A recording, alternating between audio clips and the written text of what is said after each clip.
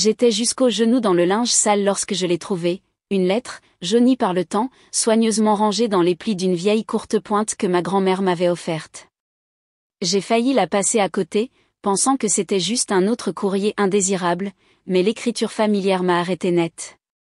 Je m'appelle Marie, et cette lettre était sur le point de tout changer. La lettre provenait de ma grand-mère, Agnès, que je n'avais pas vue depuis des années. Elle y écrivait à propos d'un fonds d'études supérieures qu'elle avait créé pour moi, de l'argent qu'elle avait économisé depuis mon enfance. J'avais du mal à y croire. Mon cœur s'est accéléré en lisant ces mots, emplis d'amour et d'espoir pour mon avenir. Mais alors, la réalité m'a frappé comme un coup de poing dans l'estomac, mes parents ne m'en avaient jamais parlé, pas une seule fois. Je me suis assise là, par terre dans la buanderie, avec le ronronnement de la sécheuse comme seul son, essayant de comprendre ce que cela signifiait. Mes parents, Lorraine et Roger, avaient toujours été clairs sur leurs priorités. Savannah, ma sœur cadette, était la fille chérie, celle sur laquelle ils plaçaient tous leurs espoirs. Et moi? Je n'étais qu'une aide, celle qui s'occupait des restes. J'ai glissé la lettre dans ma poche et suis descendu les escaliers, l'esprit rempli de questions. En entrant dans la cuisine, Lorraine était à table, feuilletant un magazine, inconsciente de la tempête qui se préparait en moi. « Maman » ai-je commencé, essayant de garder ma voix ferme, « savais-tu que grand-mère avait créé un fonds d'études supérieures pour moi ?» Elle leva les yeux, une lueur de surprise traversa son visage avant qu'elle ne le masque d'indifférence. « Oh, ça ! Nous avons pensé qu'il valait mieux l'utiliser pour Savannah. Tu sais combien son éducation est importante. » Ces mots ont fait mal, chacun d'eux était un rappel de ma place dans cette famille. J'ai serré les poings, essayant de rester calme. Et moi? Qu'en est-il de mon éducation? Lorraine soupira, comme si j'étais juste une autre tâche sur sa liste. Marie, tu sais que nous apprécions tout ce que tu fais ici, mais Savannah a un véritable avenir devant elle. J'ai senti un mélange de colère et de trahison bouillonner sous la surface. J'ai moi aussi un avenir, maman. Ou du moins, je le croyais. Elle retourna à son magazine, me congédiant d'un geste de la main. Nous avons tous nos rôles, Marie. C'est comme ça que ça se passe. Je suis sortie de la cuisine, le cœur alourdi par le poids de ses paroles. Il ne s'agissait pas seulement de l'argent, il s'agissait de tout ce à quoi j'avais renoncé, de tout ce qu'on m'avait refusé, tout au nom du devoir familial. J'avais besoin de parler à quelqu'un qui me comprenne, quelqu'un qui ne me mette pas de côté. Ce soir-là, je me suis retrouvée à conduire jusqu'à la maison de ma grand-mère, la lettre à la main comme une bouée de sauvetage. Agnès m'a accueillie avec un câlin chaleureux, sa maison était un sanctuaire du chaos que j'avais laissé derrière moi. « Qu'est-ce qui te tracasse, ma chérie ?» demanda-t-elle, me conduisant dans le salon accueillant. Je lui ai remis la lettre, observant ses yeux parcourir la page. J'ai trouvé ça aujourd'hui. Pourquoi ne m'en as-tu jamais parlé? Agnès soupira, son regard s'adoucit. Je voulais le faire, Marie, mais tes parents ont insisté pour savoir ce qui était le mieux. Je n'ai jamais été d'accord avec eux, mais, eh bien, tu sais à quel point ils peuvent être têtus.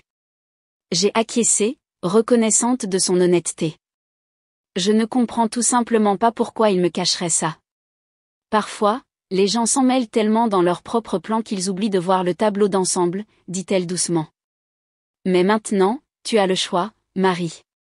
Tu peux prendre le contrôle de ton propre avenir. Ces paroles ont résonné en moi, une étincelle d'espoir s'allumant dans l'obscurité.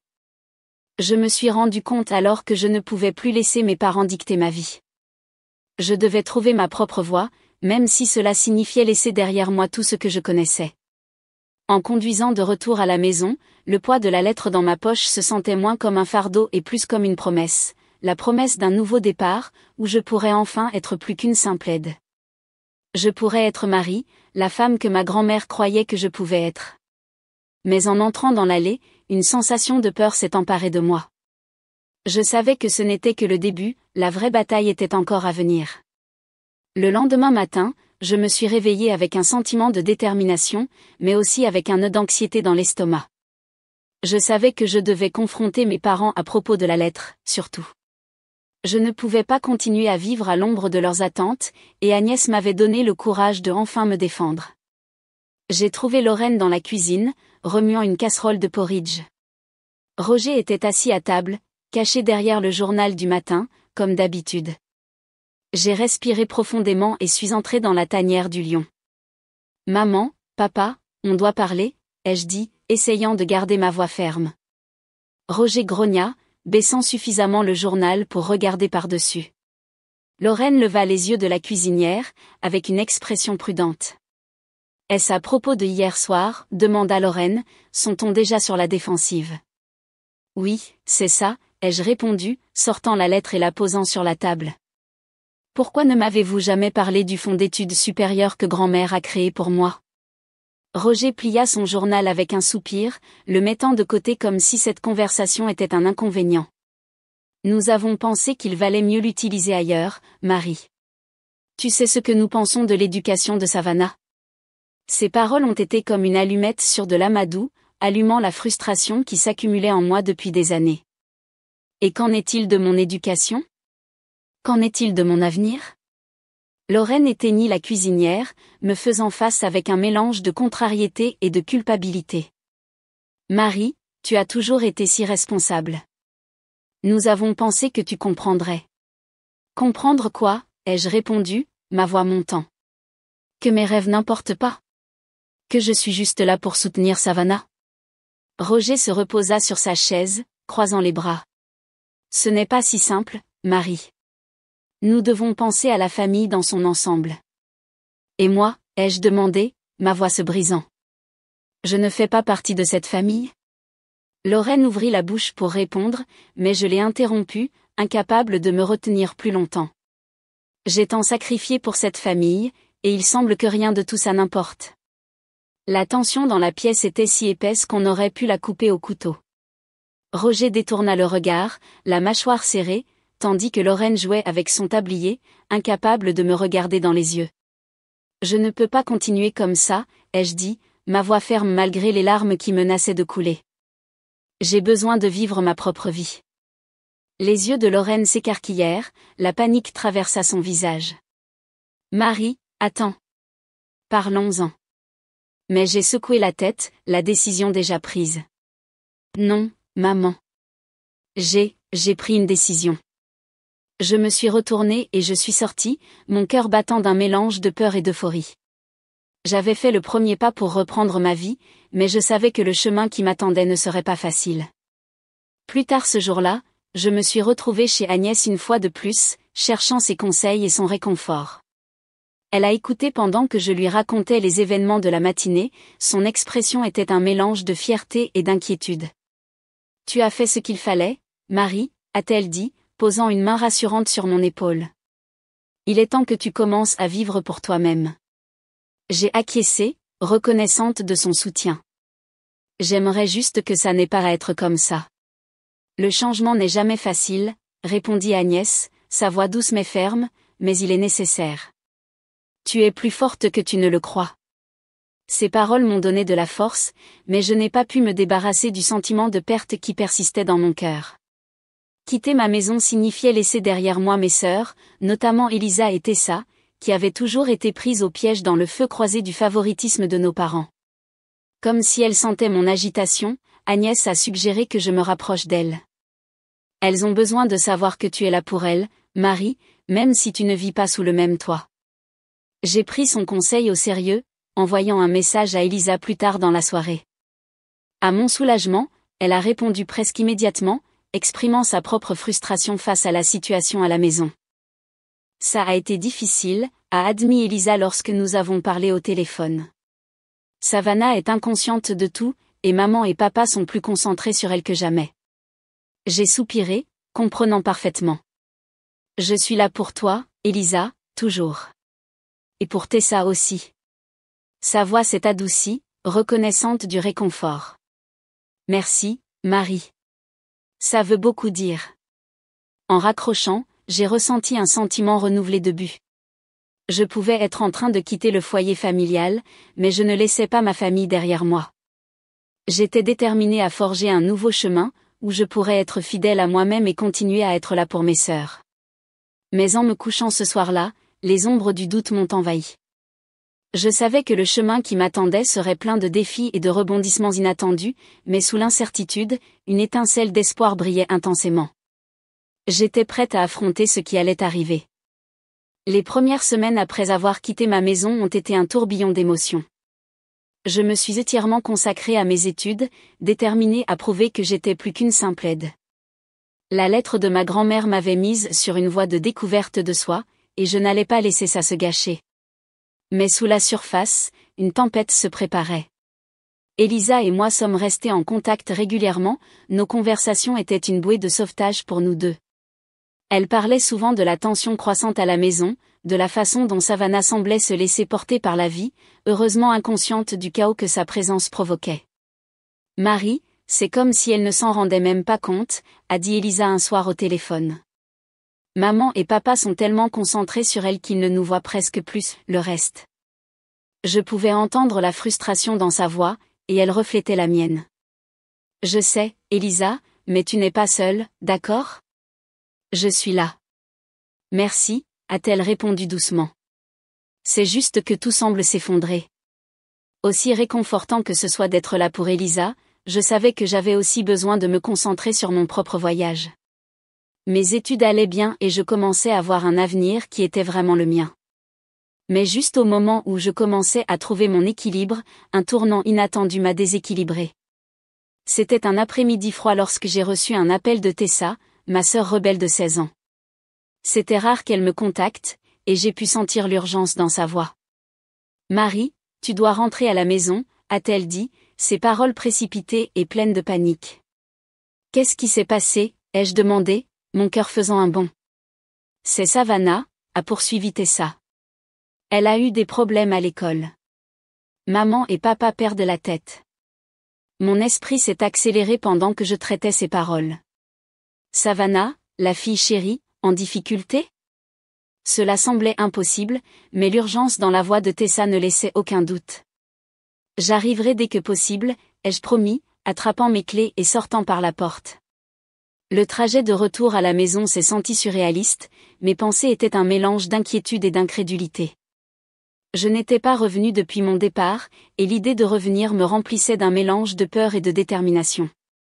Quoi qu'il arrive, j'avais besoin d'être là pour mes sœurs.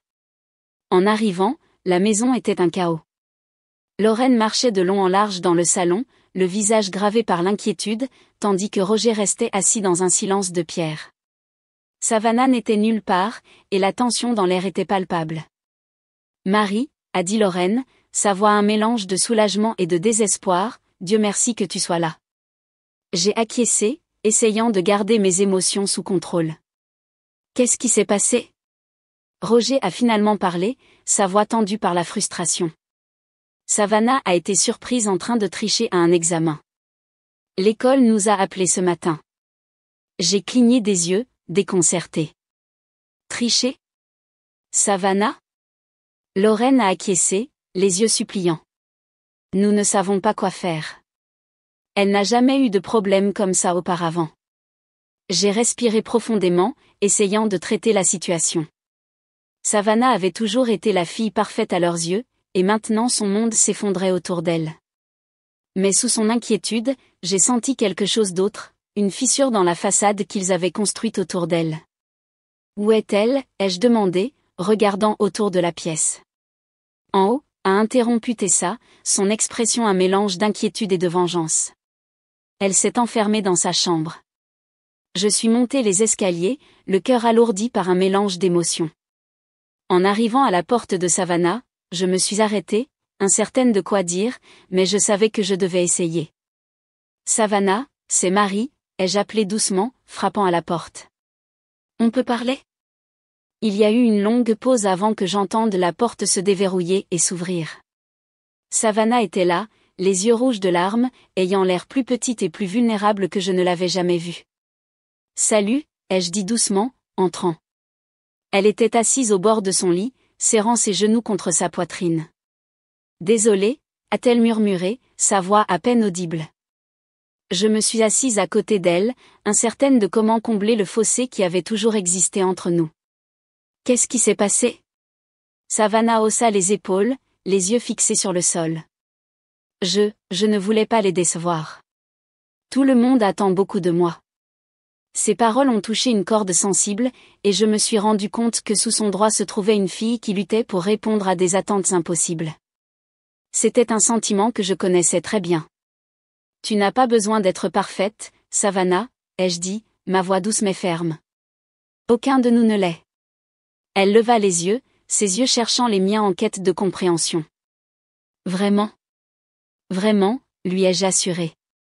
Mais tu dois être honnête avec toi-même et avec eux. Savannah acquiesça, une lueur d'espoir dans ses yeux. Ce fut un petit pas, mais ce fut un début.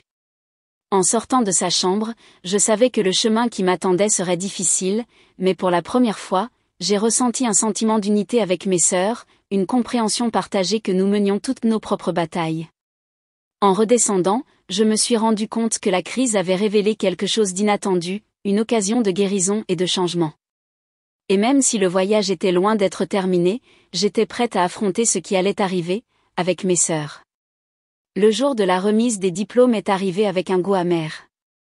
Je me suis tenue avec ma toge et mon bonnet, entourée de camarades de classe et de leurs familles, mais le siège à côté d'Agnès était visiblement vide. L'absence de mes parents et de mes sœurs était un dur rappel de la fracture qui s'était creusée entre nous.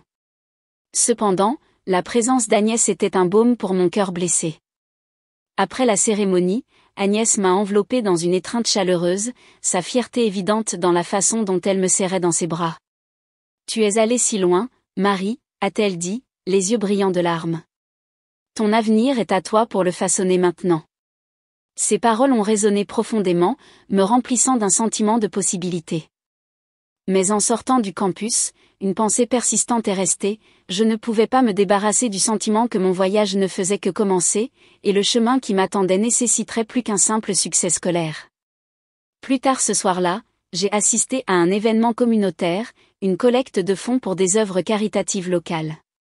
C'est là que j'ai rencontré Ethan Blake, un ingénieur environnemental charismatique avec un sourire qui illuminait la pièce. Nous avons entamé une conversation, nos intérêts partagés et nos blagues faciles nous ont unis comme des aimants. « Alors, qu'est-ce qui t'amène ici ?» demanda-t-il, sa curiosité authentique. « J'essaie juste de rendre un peu », ai-je répondu, sentant une chaleur se répandre en moi face à son regard attentif. « Et toi ?» « Pareil, » dit-il en acquiesçant. « Il est important de soutenir la communauté, tu sais. » Au fur et à mesure que la soirée avançait, je me suis sentie attirée par la gentillesse et la compréhension d'Ethan. Il a écouté sans juger, offrant une perspective à la fois rafraîchissante et réconfortante. Lorsque nous avons échangé nos numéros, j'ai ressenti une étincelle d'espoir pour ce qui pourrait arriver ensuite. Dans les semaines qui ont suivi, Ethan et moi nous sommes rapprochés, notre connexion s'est approfondie à chaque conversation partagée et chaque rire. Il est devenu une source de force et de soutien, m'aidant à naviguer dans les complexités émotionnelles de ma situation familiale. Mais juste au moment où je commençais à trouver du réconfort dans ce nouveau chapitre de ma vie, un tournant inattendu a menacé de tout défaire. Cela a commencé par un coup de fil d'Elisa, sa voix teintée d'urgence. « Marie, tu dois savoir quelque chose », a-t-elle dit, ses paroles sortant en torrent. « Savannah dit aux gens que tu es partie parce que tu n'as pas pu gérer la pression. » J'ai senti une vague de colère et d'incrédulité parcourir mon corps. Pourquoi dirait-elle ça? Je ne sais pas, a admis Elisa, la frustration évidente dans son ton. Mais ça fait beaucoup parler. Les gens commencent à remettre en question tes raisons de partir. La révélation m'a frappé comme un coup de poing dans l'estomac. Les actions de Savannah étaient plus que de simples bêtises d'adolescente, c'était une tentative délibérée de saper ma réputation, de mettre en doute mon caractère. J'avais du mal à comprendre ses motifs, la trahison était plus profonde que je n'osais l'admettre. Il semblait que même à distance, l'influence de Savannah était une force à prendre en compte. Ethan a remarqué mon angoisse et a gentiment cherché des réponses. « Tu as l'air distraite », a-t-il observé un soir alors que nous nous promenions dans le parc. J'ai hésité, incertaine de combien révéler, mais sa patience et son empathie m'ont encouragée à m'ouvrir. « C'est Savannah », ai-je avoué, ma voix chargée d'émotion. Elle répand des rumeurs sur les raisons pour lesquelles j'ai quitté la maison. Ethan a acquiescé, son expression pensive. Il semble qu'elle essaie de se protéger, d'une certaine manière. Son perspicacité m'a fait réfléchir, me forçant à réévaluer mon point de vue. Peut-être que les actions de Savannah étaient nées de la peur de perdre sa place dans la famille, de faire face aux mêmes luttes que j'avais eues. Peut-être, ai-je admis, mon esprit accéléré par les possibilités, mais ça ne la rend pas correcte. Ethan a posé une main rassurante sur mon épaule. Non, ça ne l'est pas. Mais ça pourrait t'aider à mieux la comprendre. Ces paroles ont planté une graine de doute dans mon esprit, remettant en question mon désir de vengeance avec la possibilité de l'empathie. C'était un concept que j'avais du mal à embrasser, mes instincts m'incitant à me protéger moi-même et mes proches. Alors que je luttais contre ce conflit interne, je me suis rendu compte que mon voyage était loin d'être terminé. Le chemin vers la guérison et la compréhension nécessiterait plus que la distance avec ma famille, il exigerait la volonté de confronter les ombres du passé et de trouver un moyen d'avancer avec compassion. Face à ce nouveau défi, je savais que ma relation avec Ethan serait une lumière directrice, m'aidant à naviguer dans les complexités de l'amour, du pardon et de la famille. Et même si le chemin qui m'attendait était incertain, j'étais prête à l'affronter avec un cœur ouvert et un sentiment renouvelé de but. La proposition était tout ce dont je n'avais pas osé rêver. Ethan m'a emmené dans le parc où nous nous sommes rencontrés, le coucher du soleil peignait le ciel dans des tons orange et rose. Lorsqu'il s'est agenouillé, les yeux pleins de sincérité et d'amour, j'ai ressenti une vague d'émotion, la joie, l'espoir et un sentiment accablant d'appartenance. « Veux-tu m'épouser, Marie ?» demanda-t-il, sa voix ferme malgré la nervosité que je pouvais voir dans ses yeux. « Oui » ai-je respiré, mon cœur s'est envolé. 1000 fois oui. Le moment était parfait, cependant, alors que nous célébrions, une ombre planait à l'horizon de notre bonheur. L'idée d'inviter ma famille au mariage était un nœud inextricable d'anticipation et de peur. Je voulais qu'ils soient là, malgré tout, mais je craignais aussi que leur refus n'entache ce qui devrait être une occasion joyeuse. Plus tard, alors que j'étais assise avec Ethan, le poids de la décision pesait lourd sur moi. Je veux qu'ils soient là, ai-je avoué, ma voix à peine au-dessus d'un murmure, mais j'ai peur de ce qu'ils diront. Ethan acquiesça, sa main chaude sur la mienne. C'est ton choix, Marie. Quoi que tu décides, je suis avec toi. Son soutien indéfectible a renforcé ma détermination, mais la peur d'être déçue persistait comme une ombre tenace. J'ai décidé d'envoyer les invitations, tendant une branche d'olivier à une famille qui m'avait souvent fait sentir comme une étrangère. Quelques jours plus tard, Elisa a appelé, sa voix était un mélange d'émotion et d'inquiétude. « J'ai reçu ton invitation » a-t-elle dit, « mais il y a quelque chose que tu dois savoir. » Mon cœur a fait un bond, sentant le courant souterrain de tension dans ses paroles. « Qu'est-ce que c'est ? » Maman et papa nous ont interdit d'assister, a-t-elle révélé, l'hésitation dans sa voix. « Ils pensent que tu essaies de les faire honte. » La nouvelle m'a frappé comme une vague de froid, mes espoirs se sont brisés contre les rochers de leur fierté obstinée. « Pourquoi penserait-il ça ?» ai-je demandé, ma voix tremblant d'incrédulité. « Je ne sais pas » a répondu Elisa, la frustration évidente, mais Tessa et moi voulons être là. Nous trouverons le moyen. Sa loyauté était un baume pour mon cœur blessé, cependant, la piqûre du rejet de mes parents était difficile à secouer. Cela ressemblait à une confirmation de toutes les peurs que j'avais nourries sur ma place dans la famille. Ethan m'a retrouvé plus tard, regardant par la fenêtre, perdu dans mes pensées. « Salut » a-t-il dit doucement, en serrant mes épaules de son bras. « Qu'est-ce qui se passe ?» Je me suis penchée vers lui, tirant de la force de sa présence. « Ils ne viendront pas » ai-je murmuré, les mots amers sur ma langue. « Ils pensent que j'essaie de les faire honte. » Il est resté silencieux un instant, absorbant la nouvelle. « Je suis désolé, Marie » a-t-il finalement dit, sa voix pleine d'empathie. « C'est juste que, j'ai pensé que peut-être ça pourrait être un nouveau départ, ai-je admis, ma frustration débordant. Mais on dirait que rien n'a changé. » Ethan m'a fait tourner pour que je le regarde, son regard fixe et rassurant. « Tu ne peux pas contrôler comment ils réagissent. Tout ce que tu peux faire, c'est vivre ta vérité. » Ces paroles ont résonné, cependant, la douleur du rejet persistait, une douleur persistante dans mon cœur. Je savais que je devais trouver un moyen d'aller de l'avant, mais le chemin semblait plein d'incertitudes. Au fil des jours, je me suis consacrée aux préparatifs du mariage, espérant me distraire de l'agitation intérieure. Mais juste au moment où je pensais pouvoir laisser derrière moi le drame familial, un autre tournant a menacé de tout changer. C'était lors d'une visite chez Agnès que la révélation suivante est arrivée. Nous étions assises dans son salon accueillant, en train de boire du thé, lorsqu'elle m'a remis une petite boîte.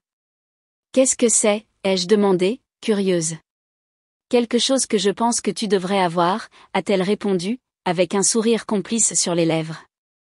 À l'intérieur de la boîte se trouvait un jeu de vieilles lettres, chacune adressée à moi avec l'écriture familière d'Agnès.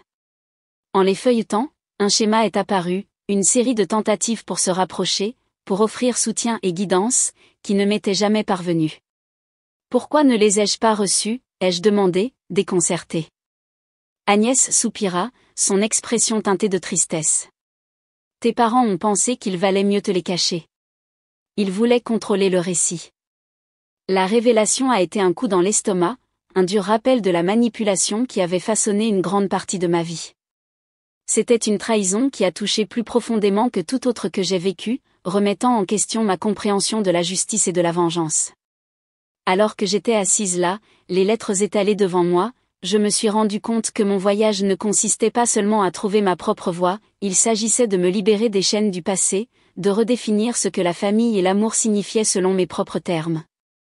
Avec Ethan à mes côtés et le soutien indéfectible d'Agnès, je savais que je pouvais faire face à ce qui allait arriver. Le chemin vers la guérison était long, mais j'étais prête à le parcourir, pas à pas. Le processus d'adoption a été un tourbillon de paperasse, de réunions et de hauts et de bas émotionnels. Ethan et moi nous étions préparés au défi, mais rien n'aurait pu vraiment nous préparer au moment où nous avons rencontré Zoé. Ses grands yeux et son sourire hésitant ont fait fondre tous les doutes restants, et j'ai su instantanément qu'elle était destinée à faire partie de notre famille. Ramener Zoé à la maison a été un nouveau départ, une occasion de construire la famille que j'avais toujours désirée. Cependant, autant que je voulais la protéger de la douleur de mon passé, les ombres de ma famille planaient sur nous, menaçant d'entacher notre nouvelle félicité. Notre premier voyage de retour dans ma ville natale avec Zoé a été plein de tensions. Je voulais qu'elle connaisse Elisa et Tessa, qu'elle se connecte avec les parties de ma famille qui m'avaient toujours soutenue, mais la présence de Savannah était une variable imprévisible, une variable qui me remplissait d'inquiétude. La réunion de famille devait être une célébration, une occasion de présenter Zoé à ses tantes et, peut-être, juste peut-être, de réparer certains des liens brisés. Mais dès notre arrivée, j'ai senti le poids familier des vieux griefs me peser. La réaction initiale de Savannah envers Zoé a été la curiosité, mais elle a rapidement changé en quelque chose de plus insidieux. Ses commentaires, bien qu'apparemment anodins, étaient chargés d'une pointe qui me rendait nerveuse. « Elle est jolie », a commenté Savannah, les yeux évaluateurs, mais n'est-ce pas étrange d'avoir l'enfant de quelqu'un d'autre ? Je me suis raidie, les mots ont coupé plus profondément que je n'osais l'admettre. « Elle est notre fille », ai-je répondu, gardant mon ton ferme. Savannah haussa les épaules, un sourire aux lèvres. « Je suppose. Mais, tu sais, ce n'est pas la même chose. » Ethan, sentant la tension, est intervenu avec son calme habituel. « Zoé fait partie de notre famille maintenant, Savannah. C'est tout ce qui compte. » Le regard de Savannah s'est arrêté sur Zoé, son expression illisible. « Si tu le dis. » L'échange a laissé un goût amer dans ma bouche, et j'ai pu voir la confusion dans les yeux de Zoé. Je voulais la protéger des complexités de la dynamique de ma famille, mais il était clair que le passé ne se laissait pas derrière aussi facilement. Au fur et à mesure que la journée avançait, l'atmosphère devenait de plus en plus tendue. Elisa et Tessa ont fait de leur mieux pour maintenir une ambiance légère, mais la présence de Savannah était un rappel constant des tensions non résolues qui mijotaient sous la surface. À un moment donné, je me suis retrouvée seule avec Savannah, le silence entre nous lourd de mots non dits. Je savais que je devais aborder l'éléphant dans la pièce, mais la peur de la confrontation m'a retenue. « Tu sais, je n'ai jamais voulu que les choses se compliquent autant », a soudainement dit Savannah, sa voix inattendument vulnérable. Je me suis tournée vers elle, surprise par l'aveu. « Alors, pourquoi as-tu dit ces choses ?» Elle a hésité, son arrogance s'est estompée. « Je ne sais pas. Je suppose que j'avais peur de perdre ma place. » Ces paroles ont touché une corde sensible, faisant écho aux peurs que j'avais combattues pendant si longtemps. Ce fut un moment de clarté, un aperçu des insécurités qui alimentaient ses actions. Mais avant que je puisse répondre, la porte s'est ouverte brusquement et Lorraine est entrée, le visage rouge de colère. « Marie, on doit parler », a-t-elle dit, sa voix n'admettant aucune discussion. Je l'ai suivie dehors, mon cœur battant d'un mélange de peur et de défi. La confrontation que j'avais évitée était maintenant inévitable, et je me suis préparée à la tempête. « Pourquoi l'as-tu amenée ici ?» a exigé Lorraine, son ton accusateur. « Tu sais à quel point les choses sont compliquées. » « Zoé fait partie de ma famille, ai-je répondu, ma voix ferme. Je voulais qu'elle connaisse tout le monde. Lorraine secoua la tête, la frustration gravée sur ses traits.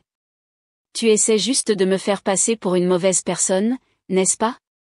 En la promenant comme un trophée. » L'accusation a fait mal, mais j'ai refusé de reculer. « Il ne s'agit pas de toi, maman. Il s'agit de Zoé. Elle mérite de connaître sa famille. » Les yeux de Lorraine ont brillé d'un mélange de douleur et de colère. « Tu dois toujours tout rendre difficile, n'est-ce pas ? » Les mots étaient un couteau dans le cœur, rouvrant de vieilles blessures qui ne s'étaient jamais complètement cicatrisées. J'ai senti le poids d'années de négligence et d'incompréhension s'effondrer sur moi, menaçant de me noyer dans le désespoir. Alors que j'étais là, partagée entre le désir de me battre et l'envie de fuir, une compréhension m'a frappée. C'était mon point de rupture, le moment où je devais choisir entre m'accrocher au passé ou forger un nouveau chemin pour moi et Zoé. La décision était à la fois terrifiante et libératrice, un saut dans l'inconnu. Mais en m'éloignant de Lorraine, j'ai ressenti un sentiment de clarté et de but qui m'avait échappé pendant si longtemps. Je protégerais Zoé de la douleur que j'avais endurée, ce faisant, je trouverais la force de guérir mes propres blessures. Avec Ethan et Zoé à mes côtés, j'étais prête à affronter ce qui allait arriver, déterminée à construire un avenir défini par l'amour et l'acceptation, et non par les ombres du passé. Le jour de la réunion de famille était brillant et trompeusement calme, le genre de journée qui cachait la tempête qui mijotait sous la surface. J'avais décidé d'affronter Savannah et le reste de ma famille, déterminée à protéger Zoé et à enfin confronter les tensions non résolues qui s'étaient envenimées pendant si longtemps.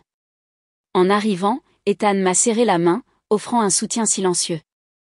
Zoé s'est accrochée à mon autre main, ses yeux brillants observant l'environnement inconnu. Je pouvais sentir mon cœur battre, mais j'ai mis de côté l'anxiété, me concentrant sur la tâche que j'avais entre les mains. L'atmosphère était tendue lorsque la famille s'est réunie dans le salon, les conversations polies masquaient le malaise sous-jacent. Savannah était là, avec une expression prudente, tandis que Lorraine et Roger gardaient une distance froide. Elisa et Tessa se tenaient près, leur loyauté était une présence réconfortante. Au fur et à mesure que la conversation progressait, le regard de Savannah continuait à se diriger vers Zoé, un mélange de curiosité et de quelque chose d'autre que je ne pouvais pas cerner. Je savais que je ne pouvais pas laisser cela continuer sans être abordé. « Savannah, ai-je dit, ma voix ferme malgré le nœud dans mon estomac, on peut parler ?» Elle a hésité, regardant Lorraine, qui a acquiescé à peine perceptiblement. « Bien sûr », a répondu Savannah, son ton prudent. Nous sommes sortis, l'air frais était un soulagement bienvenu de la tension étouffante à l'intérieur. J'ai respiré profondément, rassemblant mes pensées. « Je sais que les choses ont été difficiles entre nous, ai-je commencé, choisissant mes mots avec soin, mais j'ai besoin que tu comprennes à quel point Zoé est importante pour moi. » Les yeux de Savannah se sont légèrement plissés, ses défenses se sont élevées. « Je comprends, Marie. C'est ta fille maintenant. » « C'est plus que ça, ai-je insisté, sentant l'urgence du moment. J'ai besoin que tu la respectes, que tu la vois comme faisant partie de cette famille. » Savannah croisa les bras, un signe de défi dans sa posture. « Et si je ne peux pas ?» Le défi dans ses paroles était clair, et j'ai ressenti une vague de frustration. Mais avant que je puisse répondre, Zoé est apparue à mes côtés, sa petite main glissant dans la mienne. « Bonjour, » a dit Zoé, sa voix brillante et sans réserve. Savannah a cligné des yeux, surprise par la franchise. « Bonjour. » Zoé a souri, son innocence coupant la tension. « Tu veux jouer ?» La simplicité de son offre est restée suspendue dans l'air, un rappel de ce qui importait vraiment. Savannah a hésité, son expression s'est adoucie en regardant Zoé. « Peut-être plus tard, » a dit Savannah, sa voix perdant une partie de sa pointe.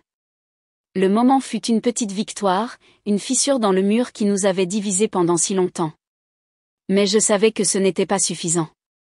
Il y avait plus à dire, plus à résoudre. Savannah, je sais que tu as peur, ai-je dit, faisant un pas de plus près, mais tu n'as pas besoin de l'être. Nous pouvons trouver un moyen de surmonter ça, ensemble.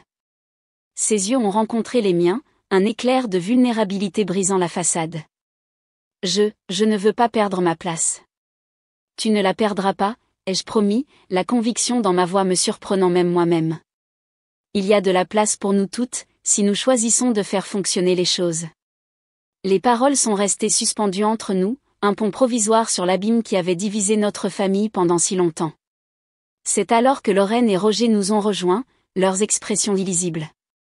Marie, a commencé Lorraine, sa voix tendue, on doit parler de tout ça. J'ai acquiescé, me préparant à quoi que ce soit qui allait arriver. J'écoute. Roger a fait un pas en avant, son comportement inhabituellement réfléchi. Nous avons fait des erreurs, a-t-il admis, l'aveu chargé d'années de regrets non dits, mais nous sommes prêts à essayer, si tu le es. L'offre était inattendue, une bouée de sauvetage tendue au milieu de la tempête. J'ai ressenti une vague d'espoir, atténuée par la prudence. C'était l'occasion que j'avais espérée, mais il faudrait que nous soyons toutes impliquées pour que ça marche. Je veux que Zoé connaisse sa famille, ai-je dit, ma voix ferme, mais il faut que ce soit une famille qui la soutienne et la respecte. Lorraine acquiesça, ses yeux s'adoucirent. Nous pouvons faire ça. Ce n'était pas une résolution parfaite, mais c'était un début, une occasion de reconstruire ce qui avait été brisé, de forger un nouveau chemin vers l'avant. Alors que nous étions là, une paix provisoire s'est installée sur nous, je me suis rendu compte que le voyage n'était pas terminé, mais avec Zoé, Ethan et ma famille à mes côtés, j'étais prête à affronter ce qui allait arriver. Les thèmes de la vengeance et de la justice avaient cédé la place à quelque chose de plus profond, la compréhension et l'acceptation. Et à ce moment-là, j'ai su que nous étions sur la voie de la guérison, pas à pas. Le soleil se couchait, projetant une lueur dorée sur le jardin d'Agnès, alors que j'étais assise sur le porche, regardant Zoé jouer avec Elisa et Tessa. Ses rires flottaient dans l'air, une mélodie d'espoir et de renouveau. C'était une scène que j'avais autrefois cru impossible, un témoignage du voyage que nous avions tous entrepris. Ethan m'a rejointe, me tendant une tasse de thé. « Quelle famille tu as ici ?» a-t-il dit, sa voix chaleureuse d'admiration. J'ai acquiescé, sentant le poids du passé se soulever lentement. « Oui, c'est ça », ai-je répondu, avec un sourire tirant sur mes lèvres. Les semaines qui ont suivi la réunion de famille avaient été transformatrices. Lorraine et Roger avaient fait de véritables efforts pour se rapprocher, leurs actions parlaient plus que les mots. Ce n'était pas parfait, mais c'était un début, et j'étais prête à les rencontrer à mi-chemin. Savannah, aussi, avait commencé à changer, sa résistance initiale s'adoucissant au fur et à mesure qu'elle passait plus de temps avec Zoé, l'innocence et l'ouverture d'une enfant brisaient ses défenses. C'était un processus lent, mais je pouvais voir les lueurs de compréhension et d'acceptation prendre racine. Au fur et à mesure que la nuit avançait, Agnès nous a rejointes, sa présence était un réconfort constant. « Tu as bien fait, Marie », a-t-elle dit, les yeux brillants de fierté. J'ai respiré profondément, la réalité de ses paroles faisant son effet. Je n'aurais pas pu le faire sans toi, et j'admis, la gratitude grandissant dans ma poitrine. Agnès a ricané, avec un sourire complice sur les lèvres. Tu avais tout en toi. Tu avais juste besoin de le voir. Ces paroles ont résonné dans mon esprit, un rappel de la force et de la résilience que j'avais trouvée en moi. Le voyage avait été rempli de défis, mais il avait aussi été un voyage de croissance et de découverte. Au fur et à mesure que la nuit s'installait, Zoé est venue en courant, les yeux brillants d'émotion. « Maman, on peut jouer à un jeu ?» J'ai ri, la prenant dans mes bras. « Bien sûr, chérie. À quoi tu veux jouer ?» Elle a réfléchi un instant, le front plissé de concentration. « À cache-cache. » Ethan s'est levé, prêt à se joindre à nous. « Je vais compter », a-t-il offert, faisant un clin d'œil à Zoé. Alors que nous nous dispersions dans le jardin, j'ai ressenti un sentiment de paix et de satisfaction que je n'avais pas connu depuis des années. Les conflits et les tensions qui avaient autrefois semblé insurmontables étaient maintenant des fils de la tapisserie de nos vies, tissés dans une histoire de rédemption et de renouveau. Plus tard, alors que la nuit touchait à sa fin et que les étoiles commençaient à briller au-dessus, Savannah s'est approchée de moi, avec un sourire hésitant sur le visage. « Salut, Marie », a-t-elle dit, sa voix hésitante. Je me suis tournée vers elle, sentant le poids de ce qu'elle voulait dire. « Salut, Savannah. » Elle a respiré profondément, ses yeux rencontrant les miens avec une sincérité nouvellement découverte. Je voulais juste dire « désolé. » Pour tout. Les excuses étaient inattendues, un baume pour de vieilles blessures. « Merci », ai-je répondu, ma voix douce mais ferme. « J'apprécie. » Savannah a acquiescé, un signe de soulagement dans son expression. « Je sais que ça va prendre du temps, mais je veux être meilleure. Pour Zoé, et pour nous. » Ces paroles étaient une promesse, un engagement envers le changement et la croissance. C'était plus que je n'avais osé espérer, et j'ai ressenti une vague de gratitude et d'espoir. Au fur et à mesure que la nuit s'approfondissait, j'ai réfléchi au voyage qui nous avait menés jusqu'ici.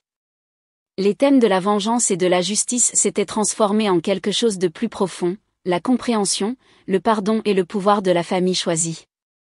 Cependant, alors que je me couchais ce soir-là, une question persistante est restée: pourrions-nous vraiment laisser le passé derrière nous, ou ces ombres continueraient-elles à façonner notre avenir? C'était une question sans réponse facile, un rappel que la vie était un voyage en constante évolution. Mais alors que je m'endormais, la respiration constante d'Ethan à mes côtés et les doux murmures de Zoé emplissant la pièce, je savais une chose avec certitude: nous étions sur le bon chemin, et ensemble, nous pourrions faire face à ce qui allait arriver.